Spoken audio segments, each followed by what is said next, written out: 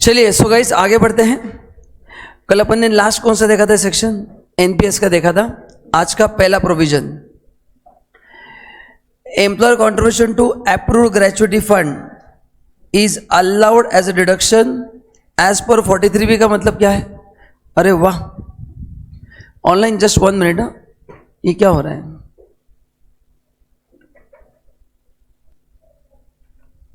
हाँ, so employer contribution to approved gratuity fund allowed when paid before the due date of filing return. इसका मतलब क्या बताओ?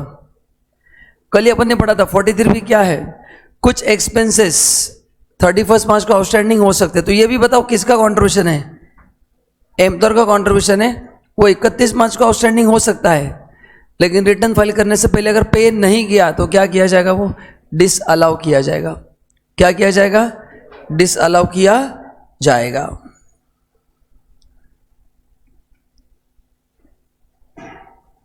ठीक है, ये कुछ काम का नहीं है। Now next, any sum received by employer from employee contribution. अभी सब लोग ध्यान दो, मैं इंपॉर्टेंट प्रोविजन पढ़ा रहा हूं, प्लीज पे अटेंशन। सब लोग ध्यान से सुनना, मैं क्या बता रहा हूं। जो भी एम्प्लॉय प्रोविडेंट फंड है, जितने भी हैं, उसमें 2 लोगों का होता है कंट्रीब्यूशन। एक होता है एम्प्लॉयर, वो डब्बा किधर है?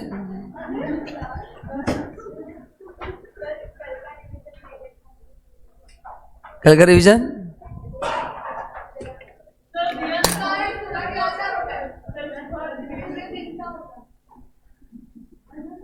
मिनी हार्ट अटैक, इसके लिए भी फाइन। हाँ चलो बैठ जाओ जल्दी। प्रोविडेंट फंड में प्लीज पे अटेंशन, 2 लोगों का होता है कंट्रीब्यूशन, एक एम्प्लॉयर का तो और एक एम्प्लॉयर का जो कंट्रीब्यूशन है it is covered by section 43B। मतलब एज ए एम्प्लॉयर, ध्यान से सुनना, मेरे पास 2 लोगों का पैसा है, एक मेरा कंट्रीब्यूशन प्लस मैंने आपके सैलरी से जो पैसा कट किया, दोनों का कंट्रीब्यूशन है क्या? है। तो मेरा कंट्रीब्यूशन 43B के हिसाब से पे किया तो चलेगा।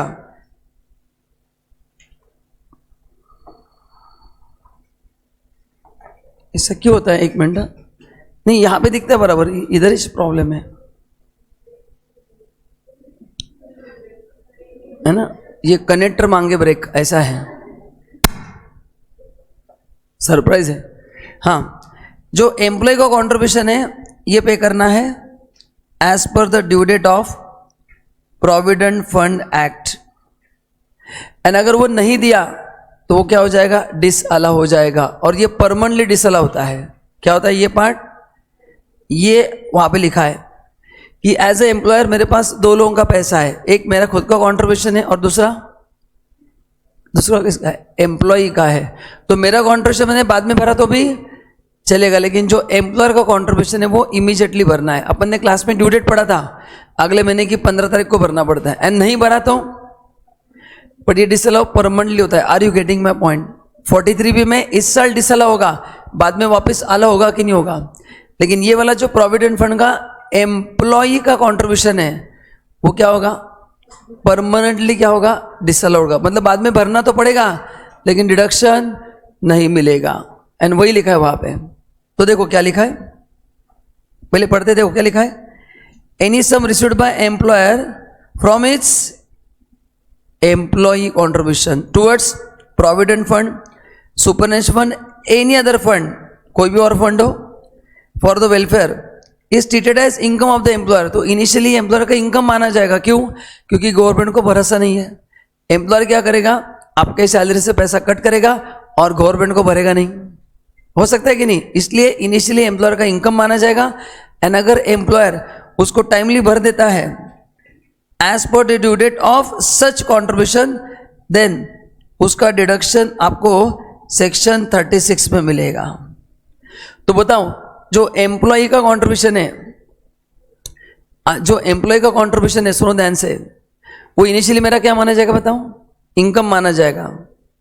एंड अगर मैंने उसको टाइमली नहीं भरा तो डिडक्शन, मतलब इनडायरेक्टली उसकी इनकम में मेरे को टैक्स भरना पड़ेगा, इसलिए वो इनकम माना गया है। एकदम सिंपल प्रोविजन है। तो बताओ, the main question for all of you, 43 भी कहाँ पे अप्लाई होगा, कहाँ पे नहीं होगा? प्रोविडेंट फंड में 2 लोगों का पैसा जाता है, कहाँ पे होगा?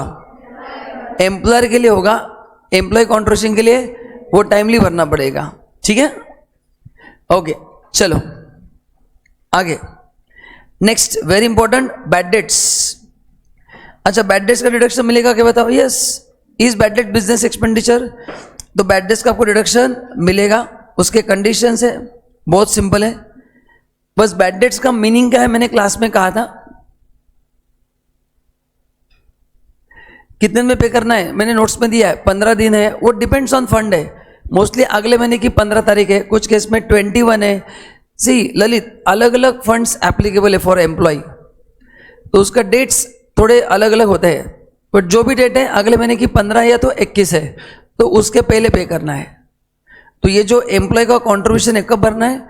अगले महीने की 15 तारीख या फिर 21। मैंने नोट्स में डेट दिया, देखो अब चेक करना, अपने मेन नोट्स में वो डेट दिया है, ठीक है? ओके, नाउ बैड डेट्स का मीनिंग क्या है ये अपन ने क्लास में डिस्कस किया था। तो डिस्कशन के बाद मैंने कहा था बैड डेट्स मतलब जो अमाउंट आपके इनकम में ऐड हुआ है हम उसी को बैड डेट्स दिखा सकते हैं। तो credit sales is nothing but bad debts. What is credit sales? हमने डेटर्स को मटेरियल बेचा है उधारी पे और उन्होंने पैसा डुबा दिया। हमारे डेटर्स को ने स्टूडेंट ने फीस नहीं पे किया, बैड डेट्स। सी, हर एक बिजनेस में बैड डेट्स होते हैं। इंडिया में वो नॉर्मल प्रैक्टिस है पैसे डुबाना, नथिंग रॉन्ग विद दैट। तो नहीं, हर एक बिजनेस में आप आपके पेरेंट्स को पूछना, इंडिया अपन उस लेवल पे अभी अपन गए नहीं कि कोई बैड डेट्स ना हो, ऐसा होगा भी नहीं, है ना? कभी कभी वो हो ही जाता है, क्या करें, उसका सोल्यूशन नहीं है ना? तो बैड डेट्स बन जाता है। सो ये बैड डेट्स का आपको डिडक्शन मिलेगा, बट ये जब बैड डेट्स बाद में आपको मिलेगा आपको वापस उस पर टैक्स देना पड़ेगा। यस, ये क्या हो रहा है समझ में नहीं आ रहा है।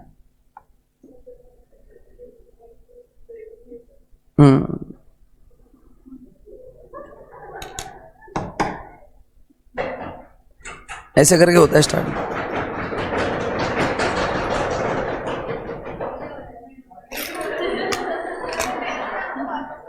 Income from other source, income from other source. चलो हो गया टाइम पास। हाँ, ओके, नाउ मेन क्वेश्चन, इसका रिकवरी भी टैक्सेबल होगा। अब इस पे न्यूमेरिकल आता है, रिकवरी कितना टैक्सेबल होगा। मैं आपको डायरेक्टली P&L अकाउंट बना के दिखा रहा हूं, आप लोग आंसर देंगे। ये है P&L अकाउंट, लेट्स से ये P&L अकाउंट है प्रीवियस ईयर 21-22 का। अपन ने यहाँ पे क्लेम किया था 2 BD 12,000। BD मतलब बैड डेट्स, आप जो समझ रहे वो नहीं है ना? हाँ, प्रदूषण फैलाने का औजार नहीं, BD इज नथिंग बट प्रदूषण का औजार। हाँ, bad debts, correct. Okay, now अभी मैं आपको एग्जाम में 3 क्वेश्चंस आने वाले हैं, ठीक है? पहला यहां पे आएगा, by recovery of bad debts, ठीक है? अच्छा, ये काम करिए, पहला P&L की अभी अपने को जरूरत नहीं है, अब इस पे ध्यान दो। पहला केस सपोज यहां पे अमाउंट आएगा 12,000, पहला यहां पे लिखा रहेगा अलाउड एज डिडक्शन अर्लियर, मतलब ये 12,000 पहले P&L में डेबिट हुआ है, तो रिकवरी तभी टैक्सेबल है जब डिडक्शन अलाउ हुआ है। तो यहां पर ब्रैकेट में क्या लिखा है? Allowed as a deduction earlier. तो बताओ ये अभी इनकम माना जाएगा कि नहीं माना जाएगा? इनकम माना जाएगा। अच्छा, is it already recorded in P&L account? Is it rightly recorded?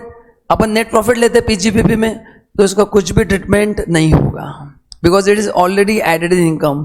बच्चे वापस उसको ऐड करते हैं। मेरा क्वेश्चन है, एक बच्चा क्लास में 2 बार कैसे आता है? एक ही बार आ सकता है ना, एक बच्चे को 2 बार मैं क्लास में कैसे लेके आऊंगा?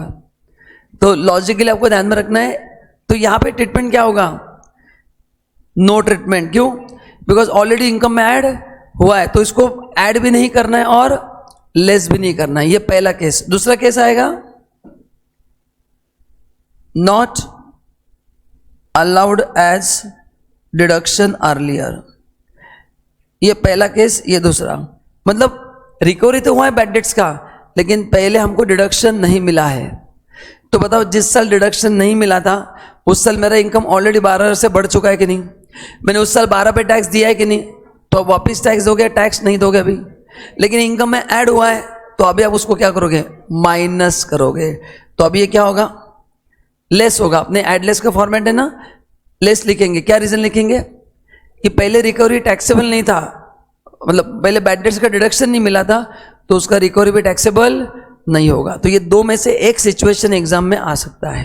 बट लॉजिक अंडरस्टूड, इसको रटने की जरूरत नहीं। अकाउंटिंग एंगल से सोचो कि अगर पीएनएल में बैड डेट्स डेबिट हुआ है तो उसका रिकवरी टैक्सेबल होगा। पीएनएल में बैड डेट्स डेबिट नहीं हुआ है तो रिकवरी टैक्सेबल, लेकिन रिकॉर्ड तो हो चुका है, तो इसको अपन हटाएंगे तो इनकम क्या होगा? कम। तो पहले वाले को इग्नोर करना है, सेकंड वाले को माइनस करना है। आपको समझ में आ गया? Online this is very important adjustment, काफी बार एग्जाम में आता है। तीसरा आ सकता है डिडक्शन अलाउड अर्लियर 8,000। अच्छा, अभी मैं यहां पे लिखता हूं पहले केस में क्या होगा? नो ट्रीटमेंट होगा, बराबर है। सेकेंड केस में लेस 12,000 ना, ये आंसर्स है तीनों केसेस के। अभी बताओ थर्ड केस में क्या होगा? पता है थर्ड केस में क्या होगा?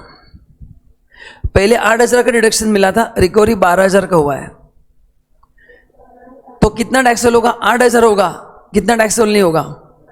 लेकिन गलती से पीएनएल में रिकॉर्ड किया है, तो अगर मैं इसको हटाऊंगा पीएनएल से, इमेजिन करो प्रॉफिट क्या होगा? कम। तो मैं कितना माइनस करूंगा? 4,000। तो बस ये 3 एग्जाम्पल में क्वेश्चन आ सकते हैं, है ना। ये 3 केसेस है, क्लास में भी अपन ने ऐसे 3 केसेस सॉल्व किए थे, आप चेक कर सकते हैं, क्लास के नोट्स में सिमिलर है। तो वेरी इंपॉर्टेंट। अच्छा, ये खाली बैड डेट्स के लिए नहीं है, ये बाकी जगह भी होगा। थोड़ा लॉजिकली सोचना, मेरे को आंसर देना मेरे क्वेश्चन का। बताओ इनकम टैक्स पे डिसअलाउड है अंडर सेक्शन 40, अपन पढ़ेंगे, तो उसका रिकवरी भी टैक्सेबल। तो बोलो refund of income tax credit में रिकॉर्ड हुआ तो उसको क्या करेंगे? माइनस करेंगे। तो लर्निंग पॉइंट के यहाँ पे don't think only about bad debts, broader level पे कॉन्सेप्ट को समझो। इनकम टैक्स में क्लियर कट बोला है, जो खर्चे का डिडक्शन मिला है उसका ही रिकवरी क्या होगा? टैक्सेबल होगा। तो फिर कोई भी खर्चा हो, तो जिस खर्चे का डिडक्शन नहीं मिला है उसका रिकवरी भी टैक्सेबल नहीं होगा। ये लर्निंग पॉइंट इंपॉर्टेंट है। Is this clear to everyone? अरे हाँ या ना, जोर से बोलो। कंफर्म समझा है? 100%। ऑनलाइन जरा रिप्लाई करो सब लोग, अरे वाह टाइप करके भेज दो जिनको समझा है। यस यस, कंफर्म ना? ओके, चलिए आगे बढ़ते हैं। तो ये उसका फॉर्मूला दिया है, taxable amount shall be amount recovered, ये गलत हुआ है, इनटू ब्रैकेट ये माइनस, नहीं ठीक है, माइनस बराबर है, bad debts claim minus bad debts earlier allowed as a deduction. ठीक है। नाउ अगेन इंपॉर्टेंट प्रोविजन, ये बेनिफिट सबसे पहले कंपनी के लिए, और कंपनी ने पैसा कहां पे खर्च किया है? Promotion of, yes, family planning का इंपॉर्टेंस क्या है उसका कंपनी ने अवेयरनेस क्रिएट किया अमंग इट्स एम्प्लॉय। तो उसके लिए अगर रेवेन्यू खर्चा किया है तो स्टेट अवे पीएनएल में डेबिट होगा, एंड अगर कैपिटल किया तो कितने साल में राइट ऑफ करना है उसको? 5 साल में उसको क्या करना है? डिवाइड करना है। तो रेवेन्यू है तो उस साल डेबिट होगा, कैपिटल है तो 1/5 करना है। कितना करना है? 1/5, इतना ही है। अच्छा, सपोज ये जो खर्चा आप क्लेम कर रहे हैं, फिर रेवेन्यू हो या कैपिटल, ये आपके प्रॉफिट से ज्यादा है। प्रॉफिट से क्या है तो क्या होगा? तो अनएब्जॉर्ब्ड अगर कैपिटल एक्सपेंडिचर है तो उसका ट्रीटमेंट अनएब्जॉर्ब डेप्रिसिएशन जैसा होगा। कल ही पढ़ा था अपन ने, अनएब्जॉर्ब डेप्रिसिएशन का ट्रीटमेंट क्या है? It can be carried forward for a number of years, it can B set of against any income. And अगर रेवेन्यू एक्सपेंडिचर अनएब्जॉर्ब्ड है तो उसको क्या मानेंगे? बिजनेस लॉस मानेंगे। बट ये ज्यादा इंपॉर्टेंट है, वो नीचे का पार्ट आप इतना इंपॉर्टेंट नहीं है। तो बोलो रेवेन्यू तो कब मिलेगा? जिस साल खर्च किया वही उसी साल मिलेगा। एंड कैपिटल है तो, अच्छा ये सभी एसएससी के लिए, खाली कंपनी के लिए? तो ये आपके लिए मेरे लिए नहीं है।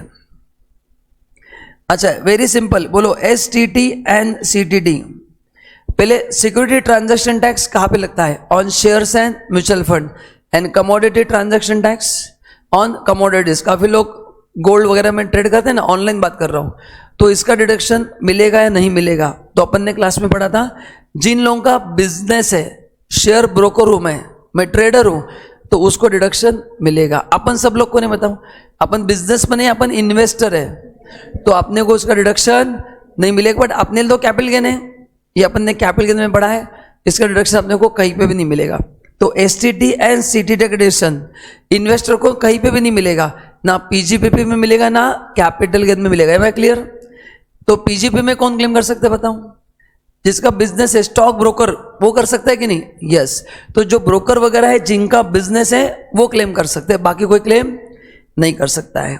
आगे सेक्शन 37 मैंने आपको लिख के दिया था परसों ही। सेक्शन 37 क्या है? General deductions. अच्छा, what is meaning of general deduction?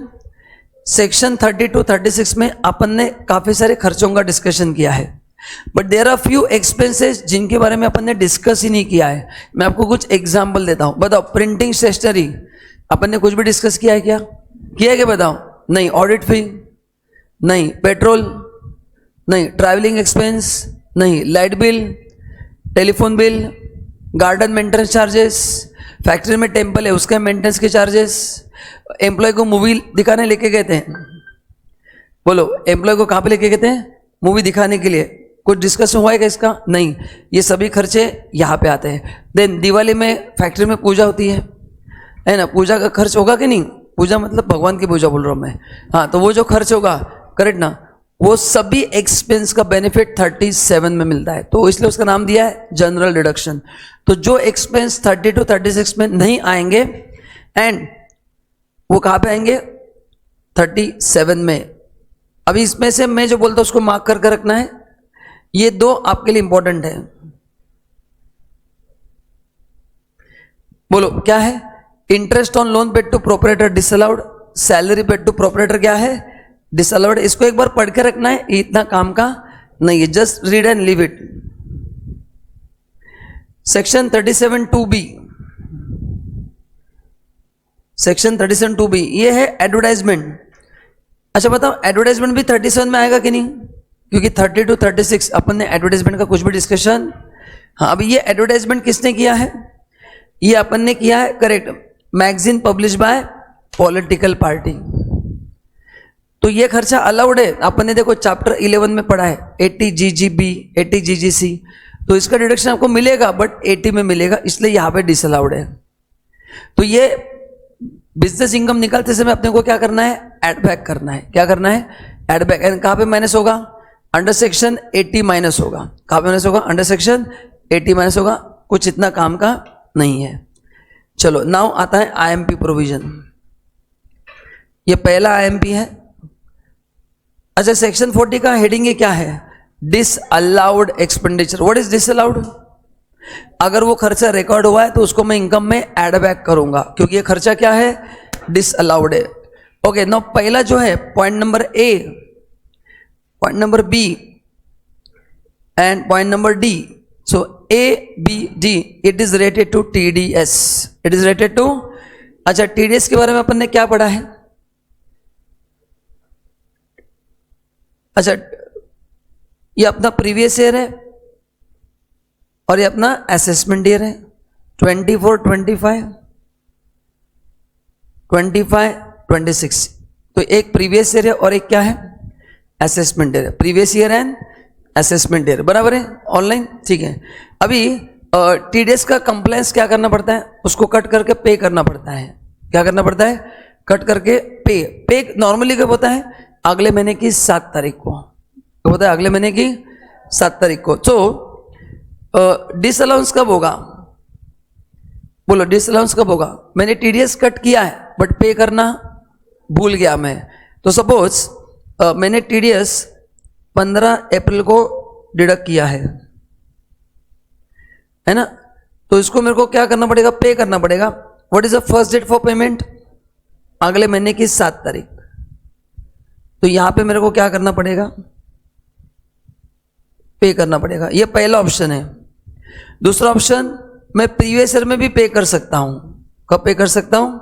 चलो 7 मई को भरना भूल गया ना, अगले महीने मतलब कभी भी प्रीवियस ईयर में बट 7 मई के बाद जब आप भरोगे तो आपको इंटरेस्ट देना पड़ेगा, क्योंकि ऑफिशियल ड्यू डेट क्या है, अगले महीने की 7 तारीख। अगर इंटरेस्ट नहीं लगा है तो लोग कोई भी टाइम पे टीडीएस नहीं भरेंगे, तो 7 के बाद भरेंगे तो क्या पे करना पड़ेगा, इंटरेस्ट, तो यहाँ पे चलेगा। तीसरा और एक ड्यू डेट है, बताओ क्या है, 43 के जैसा रिटर्न फाइल करने से पहले पे किया तो भी चलेगा, बट इन तीनों में से अगर एक भी आपका कंप्लायंस, मतलब तीनों में से आपने कभी भी पे नहीं किया है तो फिर वो क्या हो जाएगा, डिसअलाउ हो जाएगा, एंड फिर वो खर्चा आपकी इनकम में क्या होगा, ऐड होगा।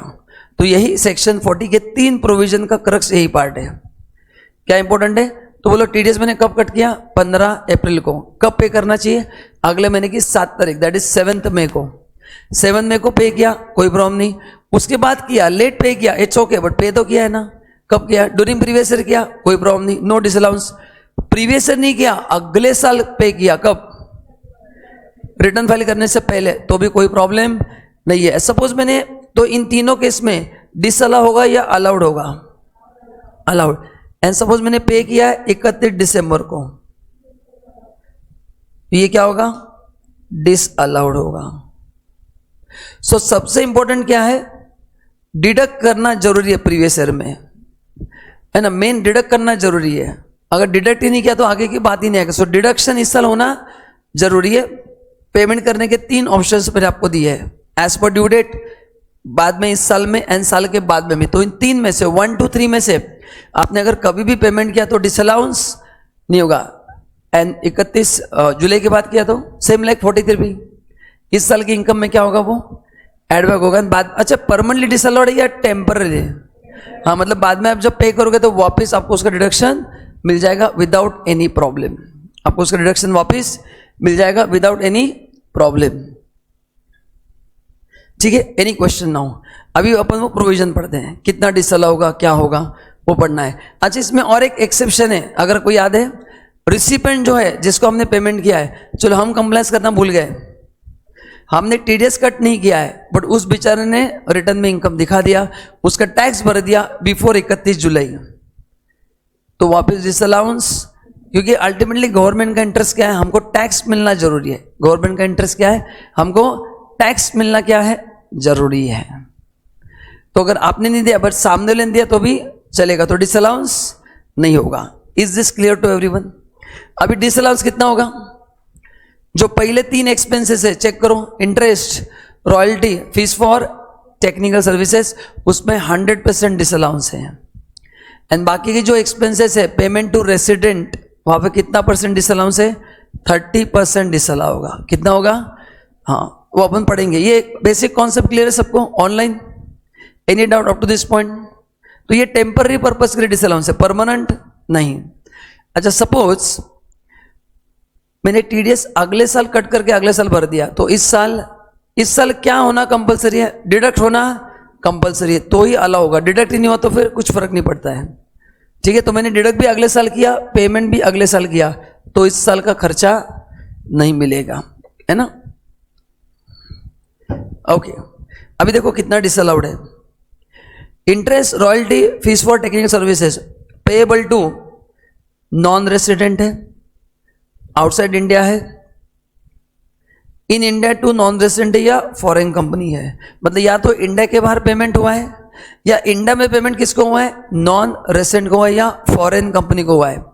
अगर हम टीडीएस कट करना भूल गए तो बोलो कितना डिसअलाउंस होगा, 100%। अभी आईपीएल के मैचेस आ रहे हैं ना, आईपीएल के प्लेयर बोलो नॉन रेसिडेंट है कि नहीं सब, तो ये जो फ्रेंचाइजी है, बट ठीक है, अभी वो इंटरेस्ट पे नहीं कर रहे, इसलिए मैं यहाँ पे नहीं कंसिडर करूँगा।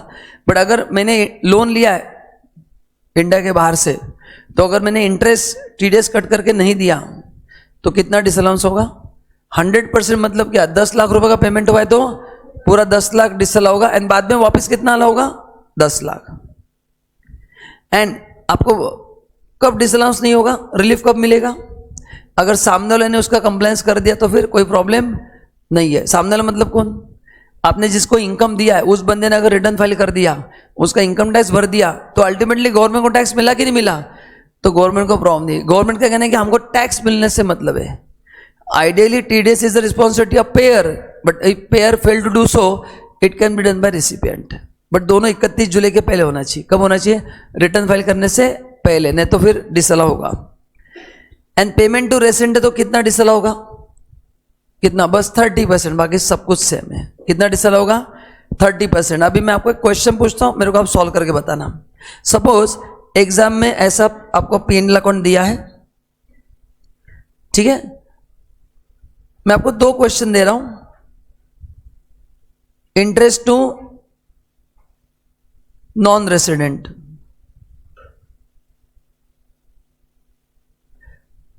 ₹2,00,000 दिया है विदाउट TDS, एंड दूसरा to rent to resident 3,00,000 without TDS। मतलब एक पेमेंट नॉन रेसिडेंट को हुआ है, एक पेमेंट रेसिडेंट को हुआ है। पहले बताओ थेरोटिकली डिसअलाउंस का परसेंटेज कितना होगा, NR के केस में कितना होगा एंड RI के केस में, बराबर है ना, ठीक है। नाउ सपोज आपका नेट प्रॉफिट है 20,00,000, ठीक है, तो अभी अपना स्टार्टिंग पॉइंट क्या होगा, नेट प्रॉफिट 20,00,000 होगा। अभी आप बताओ मेरे को आप कितना इसमें ऐड करोगे। थ्योरेटिकली तो आपने सही आंसर दिया ना, लेट मी चेक प्रैक्टिकली आपको समझाएगा नहीं प्रोविजन। थ्योरी समझना अलग है, उसका एप्लीकेशन करना अलग होता है। सो लेट मी चेक, बोलो कितना ऐड करेंगे 20,00,000 में। आपने कहा ना डिसअलाउड है ना, क्यों डिसअलाउड है, मैंने खुद लिख के दिया, TDS कट करना भूल गए हैं, विदाउट TDS है ना, खेल खल्लास। चलो बताओ 20,00,000 में आप कितना कितना ऐड करोगे, डिस्कस मत करना, खुद का आंसर खुद लिखना। यहां पे मिस्टेक हो तो मेरे को चलेगा, एग्जाम में नहीं होना चाहिए। So please do it on your own. आपने थ्योरेटिकली आंसर दिया है करेक्ट, बस उसको सोच के इंप्लीमेंट करना है।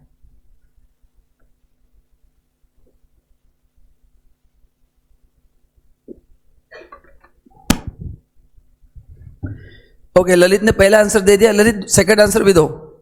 ऑनलाइन आप सब भी ट्राई करो कि फर्स्ट केस में कितना ऐड होगा, सेकंड केस में कितना ऐड होगा।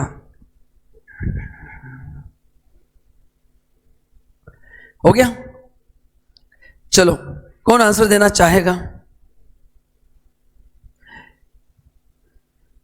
ओके, कान्हा ने दोनों आंसर दिए, कान्हा वेरी गुड। महिमा ने एक आंसर दे दिया। I want guys 2 answers, so at a time आप दोनों आंसर भेजना। तुमने किया ट्राई, बोलो पहले केस में कितना ऐड होगा, 2,00,000, सेकेंड केस में, दूसरे केस में 90,000 ऐड होगा, बराबर है क्या, करेक्ट। क्योंकि पहला कितना डिसअलाउड है, 100% ऑफ 2,00,000, एंड दूसरा बस ये ही इंपॉर्टेंट है। आई थिंक नाउ आपको एकदम बराबर समझा है। अच्छा, बाद में जब पेमेंट होगा तो कितना अलाउ होगा, जितना डिसअलाउ उतना ही अलाउ होगा। तो बाद में जब पेमेंट होगा तो कितना अलाउ होगा, 2,00,000, एंड सेकंड केस में 90,000, एकदम करेक्ट। तो टोटल कितना एड बैक करेंगे इनकम में, 2,90,000, एकदम इतना ही सिंपल है। क्या होता है थ्योरेटिकली अपने को कॉन्सेप्ट समझ में आता है, बट सॉल्व करते समय झोल होता है फिर, इसलिए क्वेश्चन छोटा सा सॉल्व करके लिया है। आई थिंक सबने आंसर करेक्ट दिया है। चलिए लिख के हो गया, आगे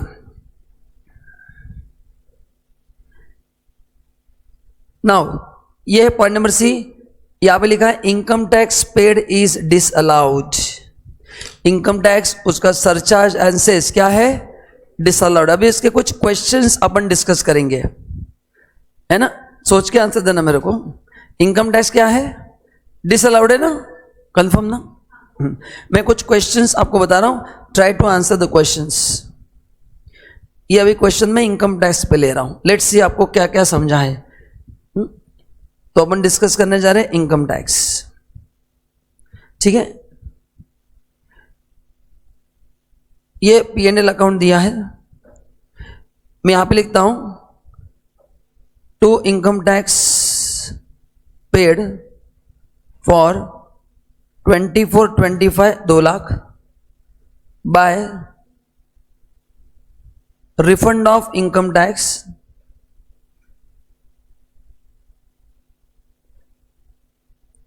21-22 का 1,00,000 by interest on income tax refund 20,000।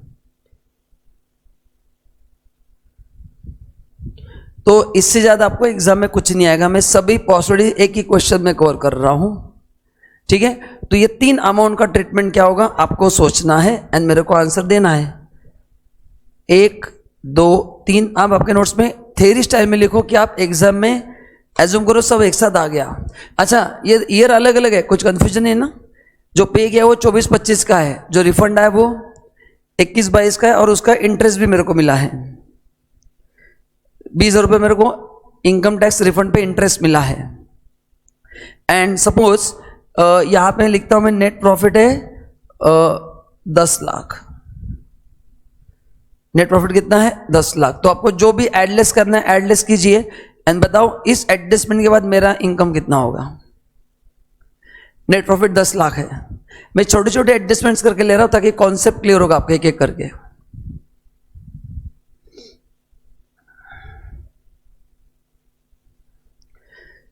So online these are the 3 questions, okay? So I want only one answer from your side. ये एडजस्टमेंट क्या करना है तुम देखो, मेरे को फाइनल रीड्राफ्ट नया नेट प्रॉफिट बताओ कितना होगा, व्हाट विल बी द, क्योंकि अकाउंटेंट ने रिकॉर्ड किया है। We are going to redraft as per income tax point of view ना, इसलिए बोल रहा हूं।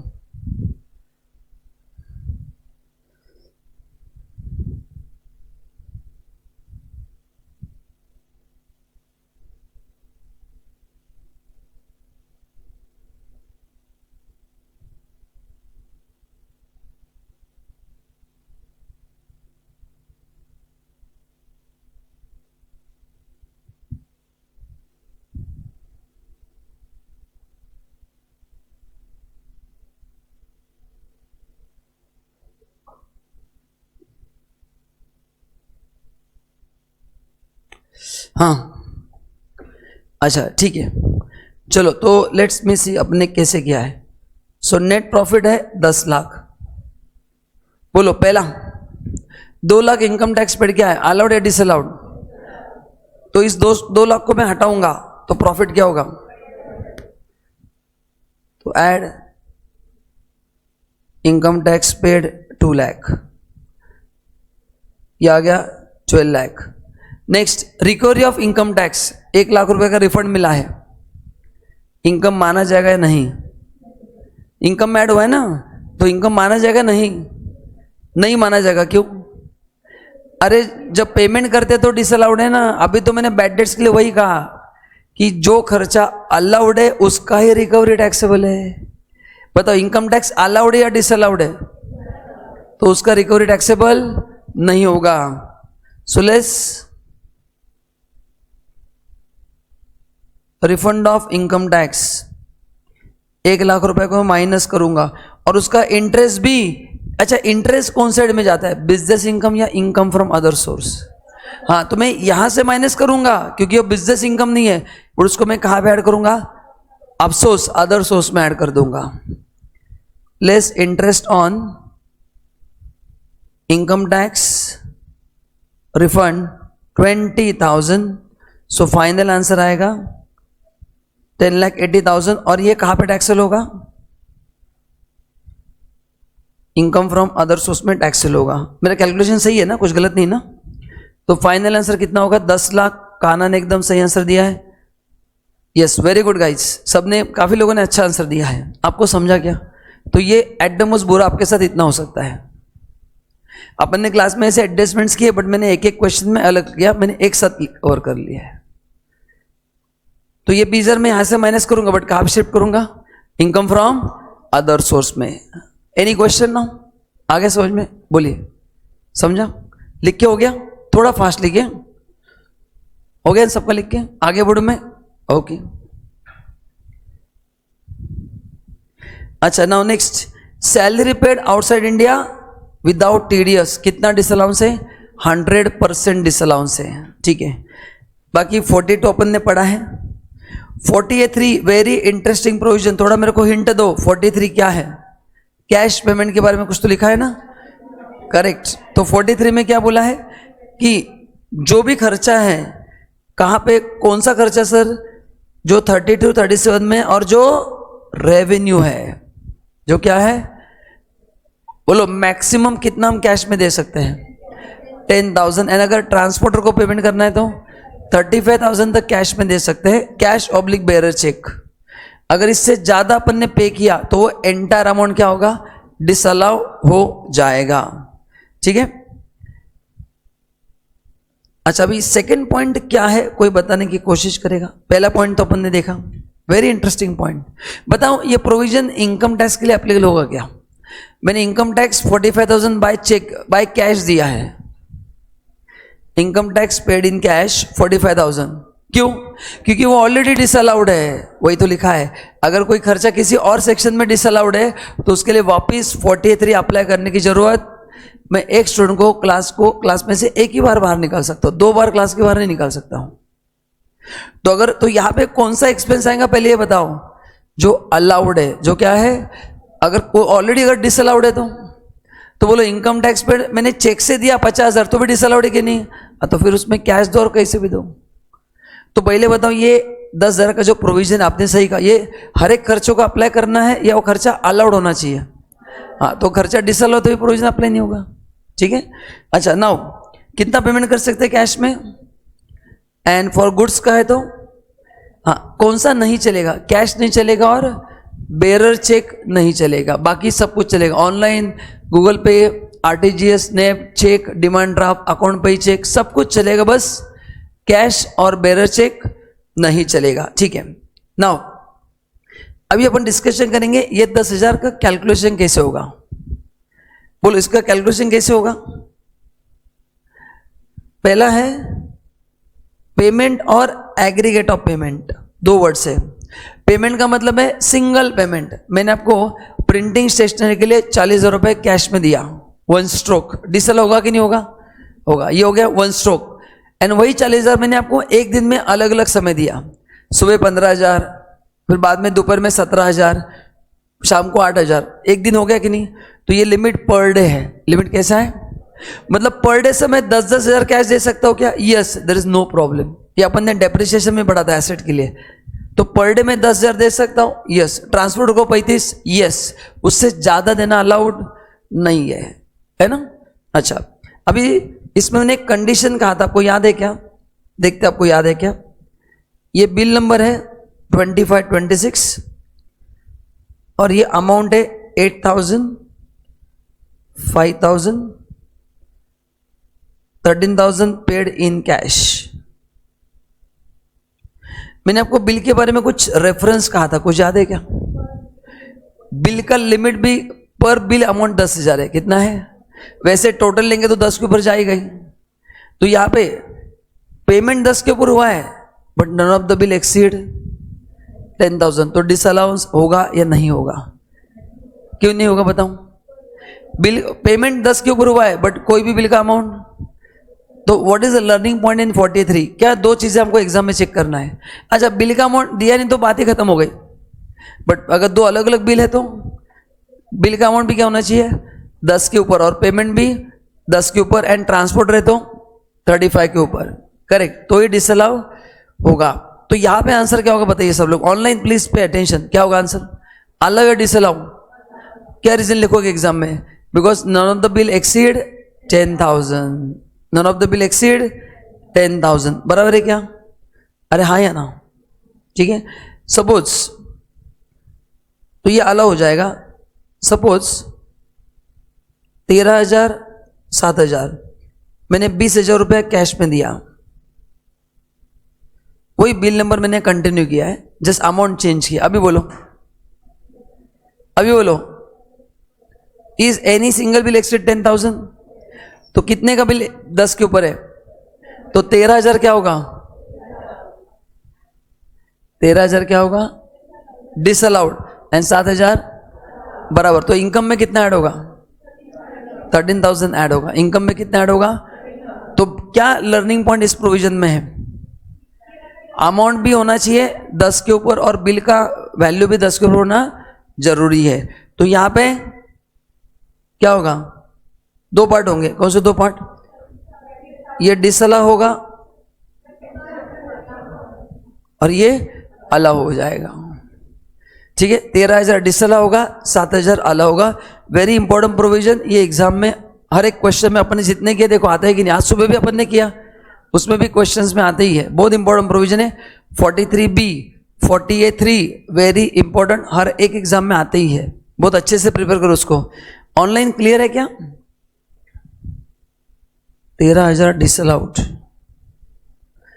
एंड 13,000 एडेड, हाँ बराबर है, ठीक है, सही लिखा है, समझा क्या सबको? ठीक है। अच्छा, कुछ एक्सेप्शन है जहां पे कैशबैक कितना ही पैसा तो चलता है। सर क्या क्या एक्सेप्शन है?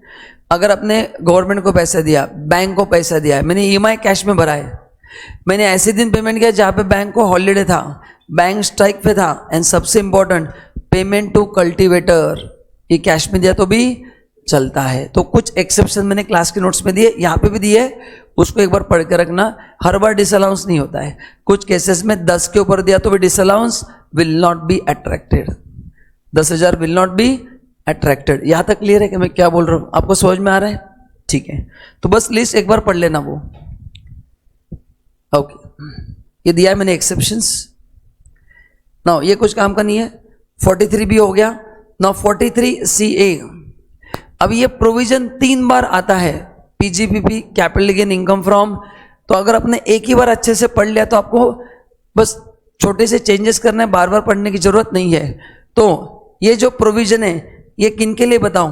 कौन सा बिजनेस है, कुछ याद आ रहा है? करेक्ट, जिनका कंस्ट्रक्शन का बिजनेस है उनके लिए लाया गया 43CA। गवर्नमेंट का डाउट क्या है? जिनका कंस्ट्रक्शन का बिजनेस है वो सेल प्राइस कम दिखाते हैं एंड कैश में सामने वाले से पैसा लेते हैं, ताकि उनका बिजनेस इनकम क्या हो, कम हो जाए और टैक्स देने की जरूरत नहीं है। मतलब अगर मेरा बिजनेस है कंस्ट्रक्शन का, मैं 1 करोड़ का घर आपको 90 लाख में बेचता हूँ, ऐसा उनको लगता है, एंड 10 लाख में क्या कर रहा हूँ, कैश में ले रहा हूँ, जिसमें टैक्स किसी को नहीं लगेगा एंड गवर्नमेंट का नुकसान होगा। तो इसको रोकने के लिए गवर्नमेंट ने क्या लिया है? 43CA। तो बोलो ये किसके लिए एप्लीकेबल है? लैंड एंड बिल्डिंग किसके लिए एप्लीकेबल है? यस। तो 43CA में क्या करना है? सिंपल है। सपोज मैं ऐसा कहता हूं कि अपने सेल ऑफ लैंड, अपने लैंड सेल किया 20 लाख के लिए, ये एज अ बिजनेसमैन आपने इनकम दिखाया है। आपने क्या दिखाया? मेरा बिजनेस है, मैं जमीन बेचता हूं, घर बना के बेचता हूं, तो 20 लाख का मेरा सेल हुआ है। अभी गवर्नमेंट क्रॉस वेरीफाई करना चाहती है कि इसमें तुमने कुछ कैश का अमाउंट तो नहीं लिया है। तो नेक्स्ट स्टेप क्या करना है? इस अमाउंट को 110% करना है। सो 110% ऑफ 20 लाख कितना आएगा? कितना आएगा? 22 लाख आएगा। अगर स्टैम्प ड्यूटी वैल्यू 22 लाख से ज्यादा है तो फिर वो आपका इनकम माना जाएगा, एंड अगर स्टैम्प ड्यूटी वैल्यू 22 लाख से कम है तो फिर आपका प्राइस एक्सेप्ट किया जाएगा। तो मैं आपको 2 अमाउंट देता हूं अभी। स्टैम्प ड्यूटी वैल्यू एक पहले केस में 25 लाख, दूसरे केस में 21 लाख। तो बताओ एज अ बिजनेसमैन आपका सेल प्राइस कौन सा एक्सेप्ट होगा? क्योंकि आपने सेलिंग प्राइस दिखाया 20 लाख, बोलो, तो 20 लाख में मैंने 10% ऐड कर दिया, कितना हो गया? 22 लाख। लेकिन गवर्नमेंट के हिसाब से स्टैम्प ड्यूटी वैल्यू कितना है? 25 लाख। बोलो, तो आपके वैल्यू से 25 लाख ज्यादा है क्या? मतलब 110% से ज्यादा है क्या? ज्यादा है ना, मतलब आपने झोल किया है, क्योंकि आपके प्राइस में और गवर्नमेंट के प्राइस में 10% का डिफरेंस ओके है। तो बताओ 20 और 25 का डिफरेंस 10% है, उससे ज्यादा है? उससे ज्यादा है, तो फिर आपका 20 लाख एक्सेप्ट नहीं होगा। What is the price here? And second case में बताओ, सेकेंड केस में 21 लाख ही है ना, so is it with in 10%? Okay, तो 20 लाख लिया जाएगा। सेम प्रोविजन आपके लिए भी है under the chapter capital gain 50C। जो बिजनेसमैन कर सकता है, गवर्नमेंट के तुम भी तो कर सकते हो एज ए इन्वेस्टर। तो अपन जब अपना घर बेचेंगे, अपन भी सामने वाले से कैश में पैसा लेंगे टैक्स बचाने के लिए। तो सेम प्रोविजन अपने लिए एप्लीकेबल है अंडर सेक्शन 50C। बस यहाँ पे बिजनेसमैन है, वहां पे कौन होगा? इन्वेस्टर। प्रोविजन चेंज नहीं होता है। And income from other source में भी ये प्रोविजन आएगा, जहाँ पे गिफ्ट निकालने के लिए भी अपन ये 110%, सेम एक ही कॉन्सेप्ट 3 बार यूज हो रहा है। बस द पर्पज, मतलब calculation part is not going to change, ये आंसर नहीं चेंज होगा, उसका यूज करने का तरीका चेंज होगा, but the system will not change. Online clear है सबको? तो पहले केस में 25 लाख, सेकेंड केस में 20 लाख लेंगे, 21 लाख नहीं लेंगे, 20 लाख लेंगे। आपका प्राइस एक्सेप्ट किया जाएगा। गवर्नमेंट का चैलेंज आपको 20 लाख को है, 21 लाख तो अलग पोस्ट आइडेंटिटी वैल्यू है। चलो आगे, तो ये पढ़ लेना। 44AA ये है maintenance of books of accounts, ये कुछ काम का नहीं, एक बार पढ़ के छोड़ देना। ऑडिट इंपॉर्टेंट है। बोलो ऑडिट कब होता है बिजनेस में? डिपेंड्स आप क्या हो। अगर आप प्रोफेशनल हो तो ऑडिट कब होगा, एंड अगर आपके पेरेंट बिजनेसमैन है तो 1 करोड़ के ऊपर क्या होगा, ऑडिट होगा। कितने के ऊपर? इसमें टैक्सेस नहीं लेना है, ये अमाउंट बिना जीएसटी का है। तो मेरे को क्लाइंट से जो भी फीस आता है, जो भी अकाउंट से फीस आता है, बिना जीएसटी चेक करा जाता है। कितना? बिना जीएसटी 1 करोड़ के ऊपर होना चाहिए या 50 लाख के ऊपर होना चाहिए। प्रोफेशनल है तो 50 लाख, बिजनेसमैन है तो 1 करोड़ आपका ऑडिट होगा। ठीक है, अच्छा, एंड 1 करोड़ का लिमिट कितना इंक्रीज कर दिया है? खाली बिजनेसमैन के लिए रेज किया है, नॉट फॉर प्रोफेशनल्स। तो 1 करोड़ का लिमिट 10 करोड़ कब होगा? क्या कंडीशन है? आपको जो कैश मिला है वो टोटल रिसिट के 5% से ज़्यादा नहीं होना चाहिए ना। आपने जो पेमेंट की है उसमें मैक्सिमम कैश पेमेंट कितना होना चाहिए? 5%। तो 1 करोड़ का लिमिट 10 करोड़ किसके लिए होगा बताओ? जिसके कैश पेमेंट टोटल पेमेंट के, हाँ मतलब 95% ट्रांजैक्शन, फिर वो पेमेंट हो या रिसिप्ट, अगर ऑनलाइन हो रहे हैं तो फिर आपका 1 करोड़ का लिमिट कितना किया जाएगा? 10 करोड़ किया जाएगा। यहाँ तक कोई प्रॉब्लम? ठीक है, तो ये भी कुछ काम का नहीं है, एक बार पढ़ के छोड़ दो। अच्छा, नाउ लास्ट पार्ट है जो है प्रिजम्पटिव स्कीम, एंड फिर अपने को देखना है असेसमेंट ऑफ फर्म 40B। ठीक है, तो देखते हैं आज कितना होता है, नहीं तो कल और एक सेशन अपन लेंगे।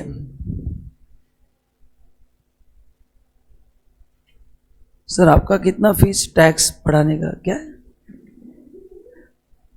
तुम ऑफिस में बताता हूं। बोला कि साहब कितना फीस दिखाते हो? वैसे जो ओपनली कौन बताया करे? ठीक है, चलो। हाँ, नाउ प्रिजम्पटिव स्कीम। अच्छा, प्रिजम्पटिव स्कीम का मतलब क्या? बेसिकली स्कीम किन के लिए लाया गवर्नमेंट ने? स्मॉल बिजनेसमैन के लिए, क्योंकि अपन ने पढ़ा 1 करोड़ के ऊपर क्या है? ऑडिट है। बट यहाँ पे आपको ऑडिट करने की जरूरत नहीं है, तो अभी अपन रिवीजन मोड पे है ना। तो what is basically presumptive scheme? Let's say mister a businessman है, उसके लिए वो 2 तरह से इनकम निकाल सकता है। एक रेगुलर स्कीम है, बराबर है, एंड दूसरा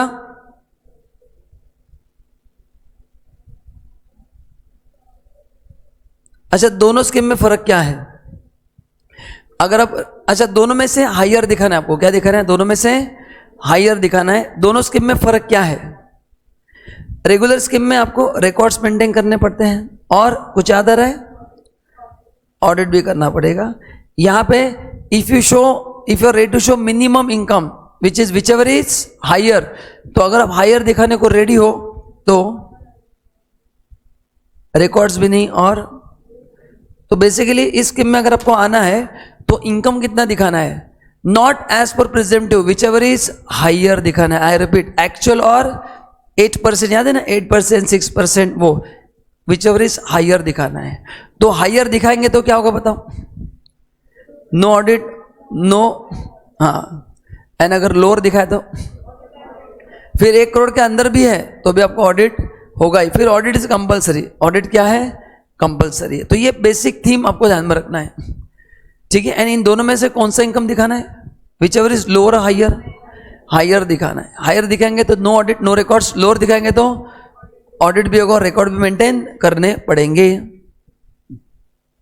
चलिए अभी देखते हैं पहला स्कीम 44AD। बोलो कौन से बिजनेसमैन के लिए? Any business accept 44A। 44A में कौन बिजनेसमैन है? ट्रांसपोर्टर, क्योंकि ट्रांसपोर्टर का इनकम याद है नंबर ऑफ ट्रक पे बेसिस पे है, heavy vehicle and other than, हाँ, इसलिए, बाकी कुछ रीजन नहीं है। तो ट्रांसपोर्टर को अलग क्यों किया? क्योंकि बाकी लोगों का इनकम परसेंटेज पे है, सर्टन परसेंटेज ऑफ टर्नओवर, लेकिन ट्रांसपोर्ट का इनकम परसेंट पे है, नंबर ऑफ व्हीकल्स के बेसिस पे है। बस बाकी कुछ नहीं, निकलने का तरीका अलग है।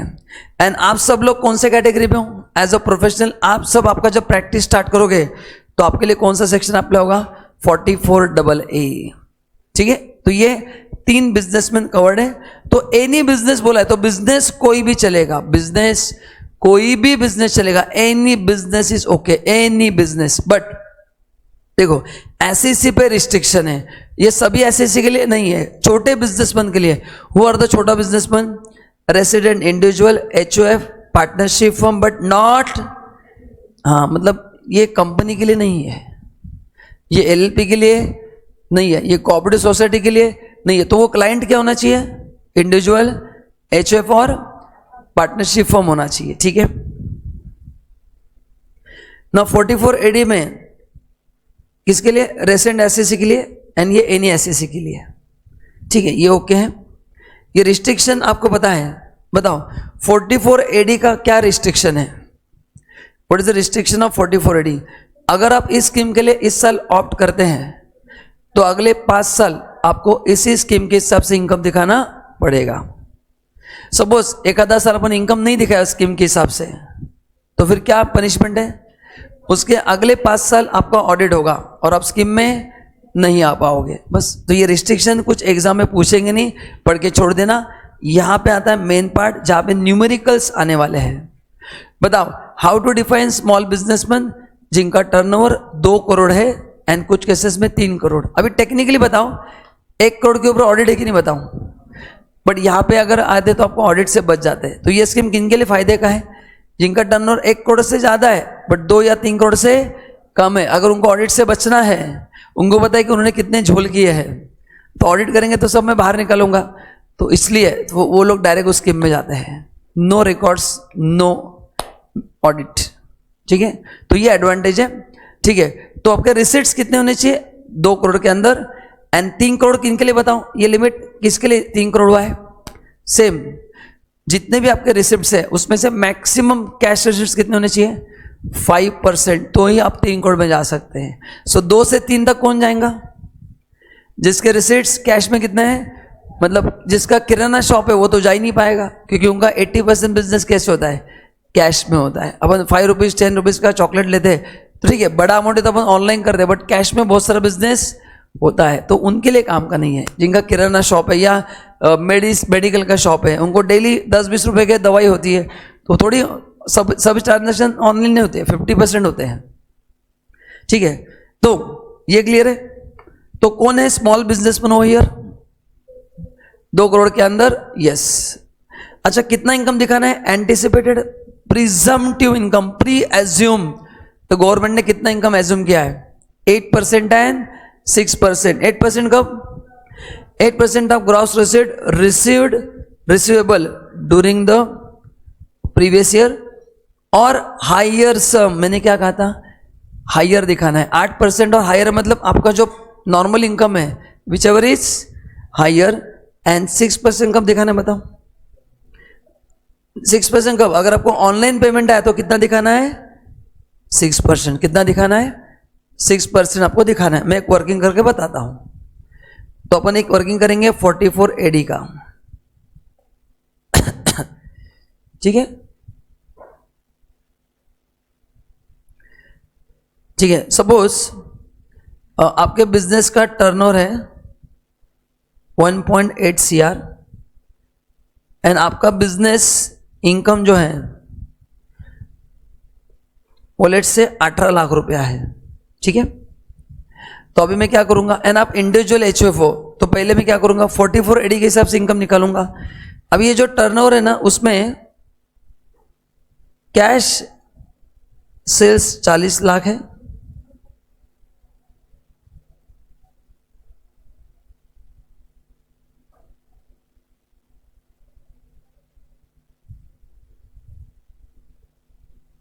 Online 1 crore and balance is my credit sales. मतलब 1 करोड़ 80 लाख में से अभी मेरी उधारी कितनी है? 40 लाख की अपनी उधारी है। 40 लाख रुपए कैश में आ चुका है, 1 करोड़ रुपया ऑनलाइन आ चुका है, बाकी का 40 लाख का उधारी है, उधार की जिंदगी है। तो पता नहीं वो कैश में भी आ सकता है। 31 मार्च को तो आउटस्टैंडिंग है, वो क्रेडिट सेल्स है अपना, ठीक है। एंड अपना जो इनकम आ रहा है, जो अकाउंटिंग के हिसाब से नॉर्मल इनकम आ रहा है 15 लाख रुपया, ठीक है। अभी मेरे पास आ गया रिटर्न फाइल करने के लिए, अभी अगर ये इंडिविजुअल एचयूएफ है, स्पेसिफाइड एसएसी है, तो मैं डायरेक्ट रिटर्न फाइल करूंगा क्या? नहीं, मैं उसका इनकम 44 एडी के हिसाब से निकालूंगा। And then whichever is higher करेंगे तो no audit no record, lower करेंगे तो ऑडिट भी होगा, रिकॉर्ड भी होगा। ठीक है, सो लेट्स, तो ये एक इनकम मेरे पास है। अभी मैं निकालूंगा इनकम अंडर सेक्शन 44 एडी। चलो, तो पहले बताओ ब्रेकअप, कैश सेल्स का कितना आएगा? कैश का कितना आएगा? मैंने कहा 8%। कितना आएगा? 3,20,000। बताइए ऑनलाइन का कितना लेना है? मैंने कहा 6%। एंड क्रेडिट सेल का मैंने क्लास में कहा था, कौन याद है किसी को? क्रेडिट सेल्स का भी कितना लेना है? रिसीवेबल वर्ड यूज किया है, उसका भी 8% ही लेना है, क्योंकि क्रेडिट सेल्स कैसे आएगा पता नहीं है। तो एग्जाम में अपन कितना लेंगे? 8%। तो 40 लाख का 8%, 3,20,000। तो कितना इनकम आ रहा है? हाँ, 16,20,000 ना, सॉरी 12,40,000। सो नाउ आपके पास दो इनकम है दोस्तों। अभी आप बताएंगे आप क्या करेंगे। As per P and L account आपके पास कितना इनकम आ रहा है? 15 lakh. And as per scheme कितना आ रहा है? 12,40,000। अभी आप बताओ आप क्या करेंगे। मैं आपको 2 मिनट देता हूं, आपको जो लगता है वो आप लिखो कि नाउ व्हाट सजेशन गिव, या आप खुद बिजनेस बनो, आप क्या करोगे, या what are the options you have. चलो write down all the possible option कि क्या क्या आप कर सकते हैं। 2 इनकम आपके पास है।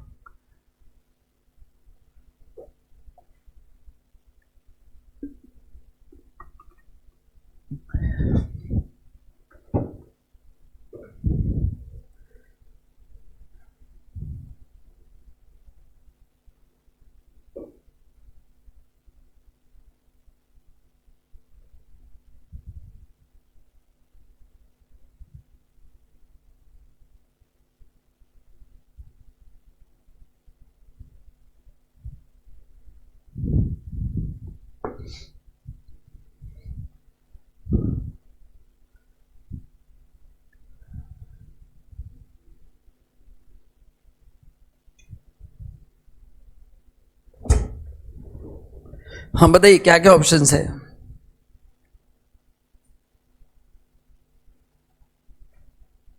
एक्चुअली एज पर प्रोविजन कौन सा इनकम दिखाना है? Whichever is higher. तो हायर कौन सा है?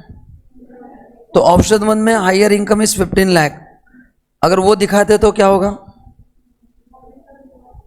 ऑडिट नहीं होगा even the turnover is above 1 crore, और रिकॉर्ड्स भी नहीं। ऑप्शन 2 करेक्ट, हमने इनकम नहीं सर, हम कम इनकम दिखाएंगे, कोई प्रॉब्लम नहीं, ऑडिट भी होगा और रिकॉर्ड्स भी मेंटेन करने पड़ेंगे। करेक्ट है। तो यह है पहला वाला प्रेजेंटिव स्कीम।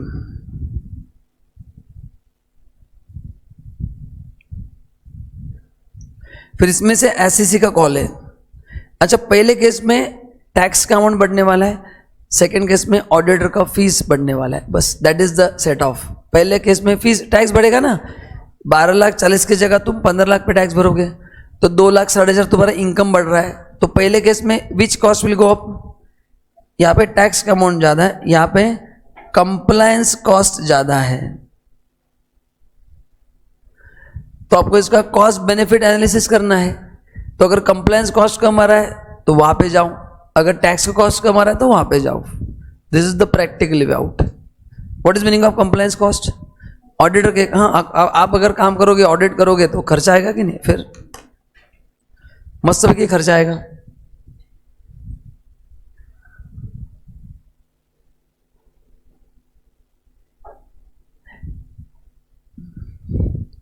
बट इंडिया में businessman are very smart, they know this provision. वो इनकम मैच करके बराबर 8% पे लेके आते हैं। People use this tax planning. तो जिनका इनकम ज्यादा है ना वो मजे लेते हैं इसके। जिसका इनकम 20% है वो खर्चे दिखा के 8% पे लेके आता है। विच एवर इज हायर ना, 8% हायर है मेरा। मतलब ये उन्होंने बेंचमार्क सेट कर दिया है। जिनका कम है वो बेचारे प्रॉब्लम में आते हैं। जैसे किराना शॉप, मार्जिन रिलेटिव काफ़ी कम है, 2%, 3%, काफ़ी कम है। वो बेचारे, उनको ऑप्शन नहीं रहता है। रिचार्ज वाले है ना, काफ़ी बिजनेस में मार्जिन अभी बहुत कम हो गया है, तो ये 8% बहुत ज़्यादा है। कुछ बिजनेसमैन के लिए रियल चैलेंज है, उनका मार्जिन नहीं इतना 8%, तो उनको ऑप्शन नहीं, ऑडिट करना ही पड़ता है फिर, कम इनकम दिखाना है तो।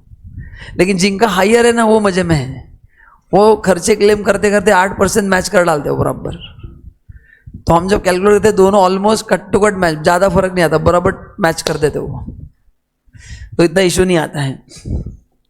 तो ऐसे प्रोविजन में लूपहोल ढूंढते, एग्जैक्टली मैच करके आते बराबर। उनको पता है ना, ऐसे ऐसा हम कैलकुलेशन करेंगे, वो खुद घर पे करते रहते हैं। अच्छा, इस महीने का सेल्स कितना हुआ, 8% दिखाना है ना, मार दे खर्चा एक्स्ट्रा, इसको सैलरी दे दी, वो अपना भाई बंधु रहता है, उसमें कैश निकाल के ले लिया बाद में।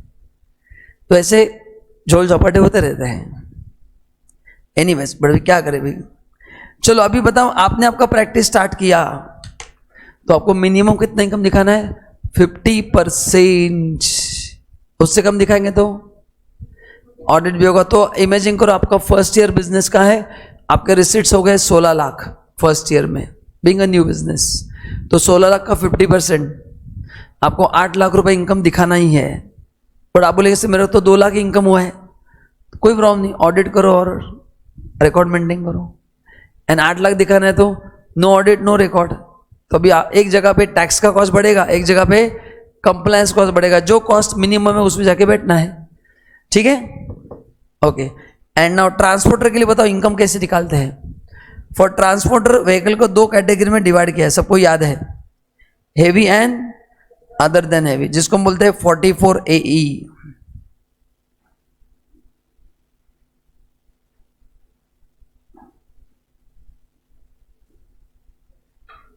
Transport of goods not passenger. तो उसमें 2 डिपेंड्स ऑन, एक है हेवी एंड दूसरा है other than heavy. So other than heavy के लिए क्या बोला है, कितना इनकम लेना है, 7,500 पर मंथ और पार्ट ऑफ द मंथ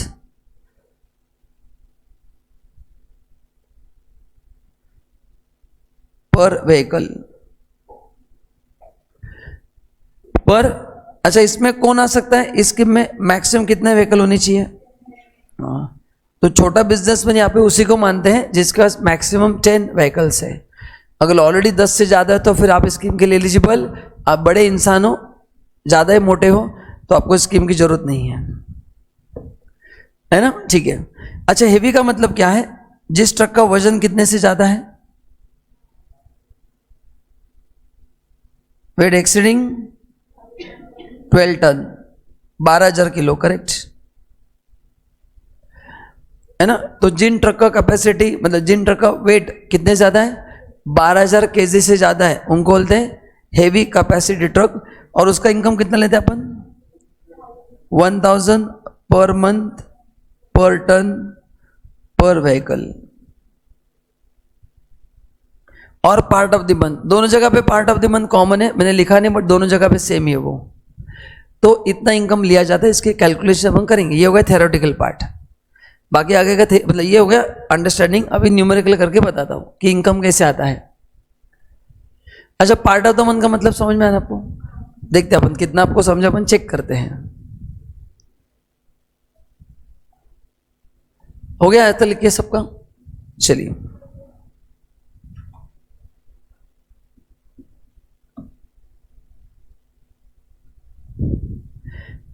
एक काम करते हैं, आज होगा नहीं, कल अपन इसको कंप्लीट करते हैं, क्योंकि अपने को इसके बाद असेसमेंट ऑफ फॉर्म भी डिस्कस करना है। तो कल अपना पीजीपी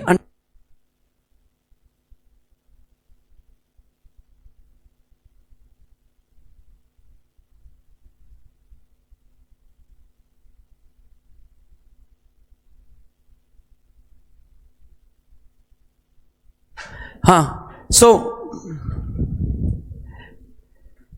तो ये पार्ट अपन कल कंप्लीट करेंगे, कल पीजीपी कंप्लीट हो जाएगा। अभी सुनिए, मैं परसों से इमीडिएटली कैपिटल गेन स्टार्ट कर दूंगा, एंड फिर उसके बाद अपन इन दोनों टॉपिक के न्यूमेरिकल सॉल्व करेंगे।